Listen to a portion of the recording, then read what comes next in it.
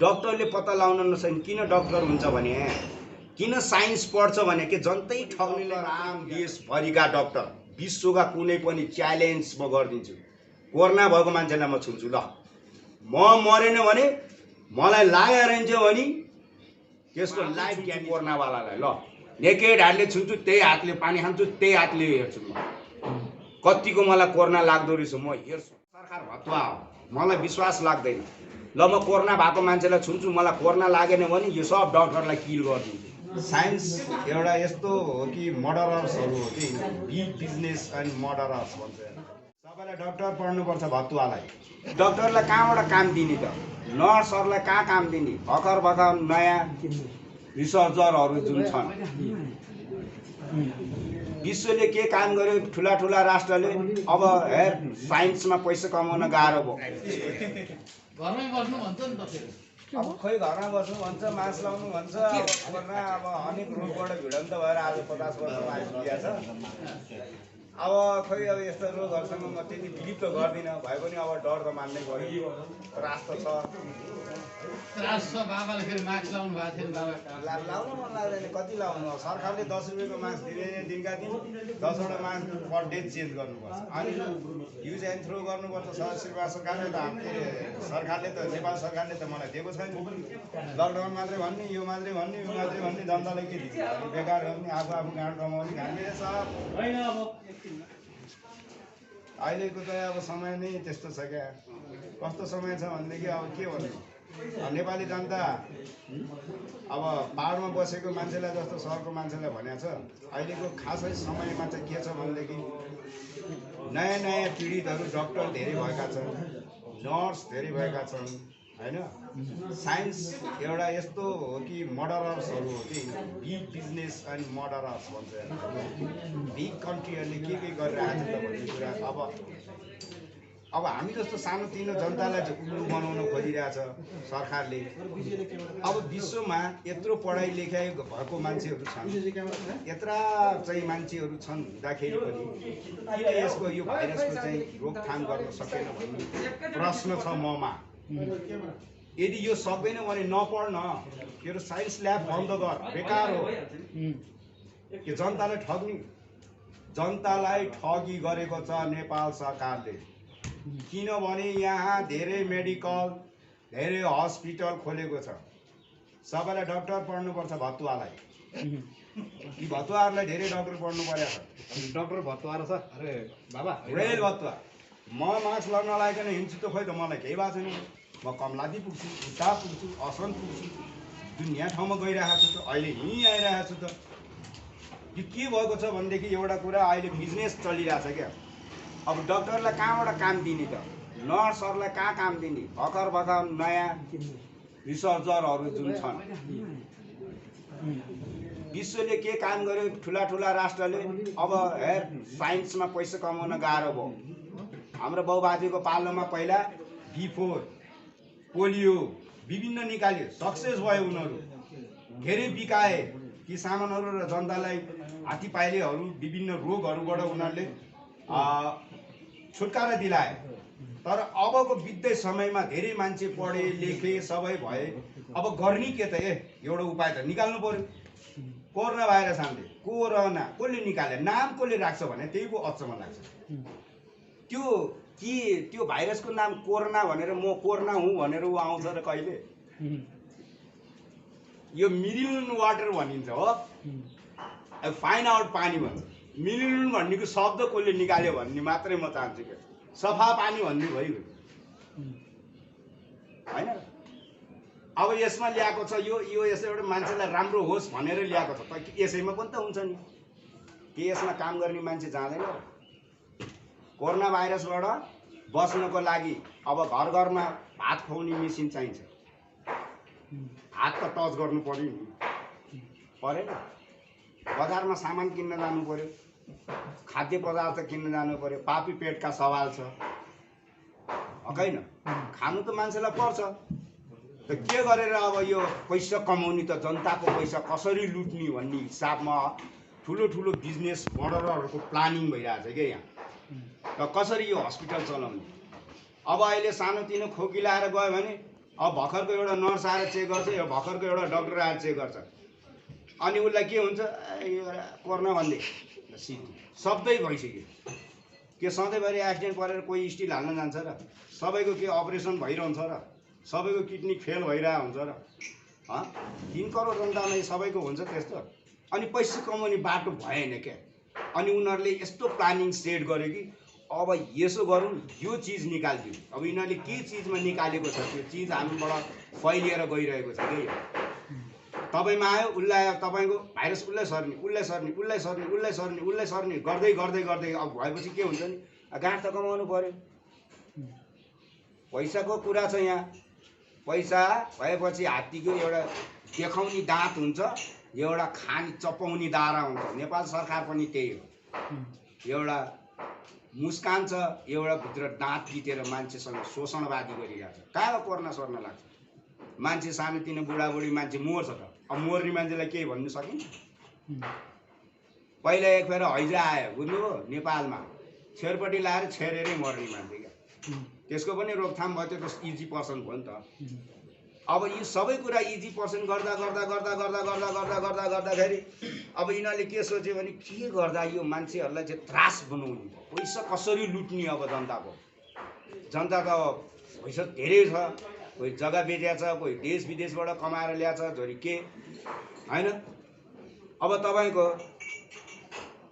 यो के भन्छ, एउटा चाहिँ जुन चेक गराउँछ नि, यो कोरोना सम्बन्धीको नाम राखेको छ नि एउटा पिसिआर। अब त्यसलाई पिसिआर भने ए बाबु पिसी गर त, त्यहाँ पिसी गर, पिस गर भनेर भन्ने क्या, सुसु गर भने जस्तै हो। पिसिआर शब्द कहाँबाट आयो? काम छैन, त्यसो कामै छैन। देश मर्डरर्स, 100% मर्डरर छ नेपाल सरकार। नेपाल सरकार भत्वा हो, मलाई विश्वास लाग्दैन। ल म कोरोना भएको मान्छेलाई छुन्छु, मलाई कोरोना लागेन भने यो सब डक्टरलाई किल गरिदिन्छु, म त्यो भन्न चाहन्छु। म आफै छुन्छु कोरोनावालालाई, ल नेकेड हातले छुन्छु, त्यही हातले पानी खान्छु, त्यही हातले हेर्छु। म कतिको मलाई कोरोना लाग्दो रहेछ म हेर्छु। नेपाली जनतालाई नाम्लो लाउनेलाई त जे भन्ने नि भयो। अविकसित राष्ट्रमा जे भन्ने नि भयो। 2-4 अक्षर पढ्या लेख्या मान्छेले हस्पिटल चलाउनु पर्यो, डक्टर पाल्नु पर्यो, नर्स पाल्नु पर्यो, अनि गर्ने के त?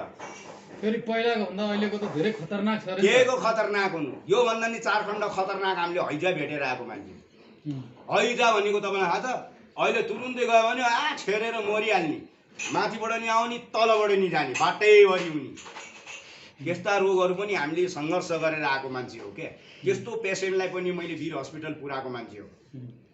भनेदेखि अबको अहिलेको कोरोना यो होर्ना मर्ना के पनि होइन, पैसा लुटनवादीहरू यो माफिया ग्याङ छ क्या एउटा। साइन्समा पनि तपाईँहरूले भन्नुहुन्छ, कुनै मान्छेले भन्छ डाका आएर सिधै लुटेर लान्छ भन्छ नि, माफिया आएर चाहिँ यहाँ गऱ्यो वहाँ गऱ्यो भन्छ। उग्रवादी आयो भने यो एउटा उग्रवादी यस्तो निक्लिएको छ कि ग्याङ छ कि यिनीहरूको, डक्टर साइन्सहरू मिलेर क्या। यिनीहरूले यही सोचिरहेछ कि अब यसो गरेपछि चाहिँ अनि केही प्रगति हाम्रो चाहिँ साइन्स माथि जान सक्छ। सामान किन्नु पर्यो उनीहरूलाई, अनेक किसिमको रिसर्च गर्नु पर्यो उनीहरूलाई। अनि गर्ने के त? अब यत्रो डक्टर, एउटा काठमाडौँभित्र वीर हस्पिटल, बिएनबी हस्पिटल, कतिवटा हस्पिटल छ हेर्नुहोस् त तपाईँले।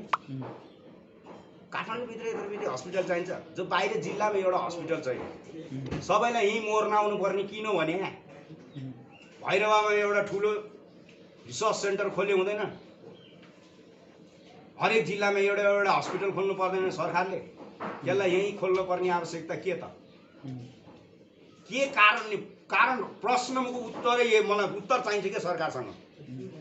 किनभने म हर जिल्ला घुमेको मान्छे, धरानको मान्छे यहाँ किन आउँछ? उसलाई वही फेसिलिटी हुनु परेन? मान्छे एउटै होइन जहाँ गएर काम गरे पनि, डक्टर नर्स उही होइन? किन गर्दैन भने सबैलाई एक ठाउँमा राखेपछि मान्छेले आवाज उठाउनु पाउँदैन भनेर क्या।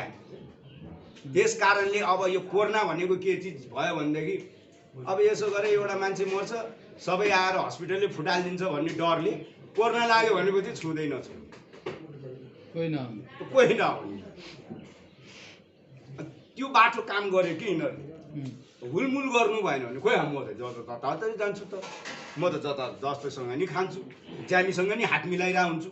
फोरी उयो खाते प्लास्टिक बोक्ने, हेलो बाबा भन्छ, हेलो भाइ के छ बाबा लाइफ ड्यामेज दिन्छ उसले यसो जुदोमा उसले फोर्स गरिरहेको हात प्लास्टिकबाट मैले उसको म त्यस्तो घृणा गर्दिनँ क्या मान्छेले अहिले ठगी ठुल्ठुलो बिजनेस मर्डररहरू भएको छ क्या यिनीहरूलाई चलाउने कसरी अब मैले बिएनबी हस्पिटल खोलेको छु मेरो हस्पिटल चलेन भने त म त लाइफ ड्यामेज हुन्छ मेरो भयो कि भएन त मेरो अब सब बिजनेसै हार्ड फन्ड भएन ल यसो गर्दै अर्को आउँछ यसो गर्दै अर्को एउटा नर्सिङ होम अर्को के होम भतुवा नाम राख्ने धेरै काम गर्ने एउटा पनि छैन यहाँ के छ त ल साइन्सले के प्रगति गरेछ भने नेपालमा साइन्सले के प्रगति गरेछ विदेशले कोरोना लाग्यो भनेर कोर्नेको नाम लिदिने मर्छ त साल अब मरेर के गर्ने मान्छे मर्छ त उनीहरूले टेक्निकै त्यही लगाइरहेछ इन्डियामा किन त्यसरी मर्यो स्वाटै स्प्रे हानिदिने हो अहिलेको जमानामा कोरोना भन्ने एउटा यस्तो चिज हो जो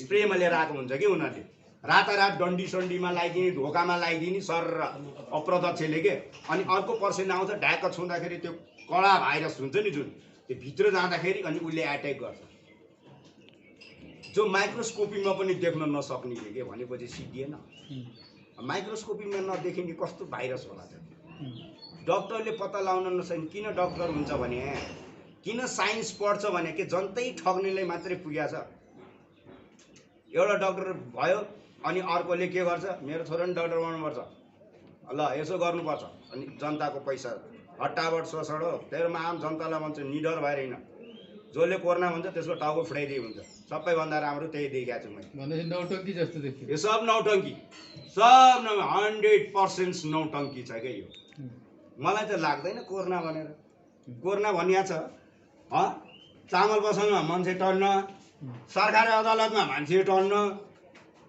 जताततै चाहिँ टन्न हुने पैसा सोच्न पर्ने ठाउँमा अनि पैसा सोच्न नठाउँमा मास्क किन्ने यो मास्क किन नलाएको मैले दिनको 10 रुपियाँ मेरो खेर जान्छ त्यो 10 त्यसको बाउले दिन्छ यो सरकार नेपाल सरकारले मलाई यो यसको बाउको मैले सम्पत्ति खान्छु मैले ट्याक्स तिरेर चामल खान्छु मैले ट्याक्स तिरेर पानी खान्छु नेपाल सरकारले मलाई दिएको छ नेपाल सरकारले बकाइदा मलाई दिनु पर्यो अनि होम कोरोना भनिन्छ तपाईँ सुरक्षित हुनुहोस् ग्लोभ दिनु पर्यो उसले मलाई जनताको आफ्नो पैसाले खर्च भइहाल्छ यहाँ गरिहाल्छ हामीलाई के मतलब ऊ सोरे खायो ऊ चाहिँ कोरै नलाग्ने अनि ठुल्ठुलो मान्छेहरू व्यक्तिहरूले के गरेको छ एउटा प्लानिङ भन्ने मैले यो पनि बुझेँ क्या अब सरकारलाई पनि लागेको छ यहाँ कोरोना भन्ने कुरा हो प्लानिङ उनीहरूको यही हो हजुरले लाग्यो भनिदिन्छु न सर्च गर्न हामी लगिहाल्छौँ हो भनिदिइहाल्छौँ होइन अनि ठुलो मान्छेलाई लागेपछि त भन्दाखेरि हो ठुल्ठुलो मान्छेलाई लाग्दो रहेछ हामीले लाग्ला भन्ने डरोस् जनता भन्ने हिसाब गरिब जनतालाई चाहिँ कोरोना लाग्ने बित्तिकै मर्ने ठुलो जनता ठुलो घरवाललाई चाहिँ लाग्ने बित्तिकै नमर्ने भनेको अर्थै यही छ क्या किन त भने यो चिटर रहेछ भन्ने मलाई थाहा पाइन्छ म त बाटो हो म सहरमा जन्मिया मान्छे यस्ता रोग मैले धेरै भिरेर आएको मान्छे हो तर म यसप्रति म विश्वास गर्दिनँ कुनै पनि डक्टर आम देशभरिका डक्टर विश्वका कुनै पनि च्यालेन्ज म गरिदिन्छु कोरोना भएको मान्छेलाई म छुन्छु ल म मरेन भने मलाई लागेर रहन्छ भने त्यसको लाइफ ड्यामेज पारिदिन्छु म ल्याप स्याप केही जान्न म त्यसलाई छुन्छु 15 दिन म बस्छु आनन्दले मलाई इफेक्ट हुनु भयो भने ल म हारिम यदि मलाई मैले जित्यौँ भने फेरि यस्ता कोरोना सोर्ना I don't believe that is a ब्लडिज भन्न म सोध्दछु क्या ओपन च्यालेन्ज म त्यो व्यक्ति हो नेपाली हो म डेन्जर नेपाली गोर्खे हो म खुकुरीको धारमा हिँड्ने मान्छे भनेकै मैले हो त्यस कारणले म च्यालेन्ज गर्छु इबोला आयो च्यालेन्ज गरिदिउँ स्वाइन फ्लू आयो च्यालेन्ज भयो मेरो स्वाइन फ्लू लागेको मान्छेलाई समाति त खोइ मलाई स्वाइन फ्लू त लागेन त के होला त अब ममा छ के ऊ अस्ति भर्खर कोरोना लागेर क्वारेन्टाइनमा आएको थियो भाइ तिमीलाई लाग्यो हो कहाँ बाबा 15 दिन क्वारेन्टाइनमा यहाँ त म चाहिँ तँलाई छुन्छु भनेर यसो छोएर त्यही हातले मैले केक खाएँ खोइ त मलाई त लागेर रहेछ त के छ यो लकडाउनले त अब धेरैलाई गाह्रो हुन्छ खाना नपाउने भए भोकभोकै मान्छे मर्छन् भन्छन् नि त बाबा के छ लकडाउनमा सरकार धनी हुन्छ ग्यासको भाउ बढाउनको लागि लकडाउन गराइदियो सामान नपाएपछि मान्छेले भएको स्टक मनी आउट गर्न सुरु गर्छ क्या जनतालाई गरिब बनाउने श्री 5 वीरेन्द्र सरकारले एसियाली मापदण्डमा पुर्याउने भनेको अर्थ यही हो त्यो अर्थ युज भइरहेछ अहिले अब यो काठमाडौँ सहरभित्र धनी मात्रै बाँच्छन् यहाँ जो पैसा वाल्छ सानो सानो गरिब सब आउट हुन्छ त्यसको नामै मेसियाली मापदण्डमा पुर्याउने भने क्या यसको बाठोपन चलाखीपन चोरपन यसको भाग गुनासो छ अहिले नेपाल सरकार यस्ता नेपाल सरकारको कुरा म विश्वास गर्दैन म कहिल्यै विश्वास गर्दैन ल कोरोना भएको ठाउँमा म जान्छु मलाई फेरि ल्याब स्याब लान पाइँदैन चेक गर्न पाउँदैन टकमा छुन्छु उसँग बसेर मजाले खान्ने हो हेरौँ के हुँदो रहेछ 15 दिनभित्रमा मरेन र लागेन भने नेपाल सरकार फ्लप थाल्छ यो कुरा 100% छ म यही भन्न चाहन्छु हस् बाबा समय संवादको लागि धन्यवाद जय श्याम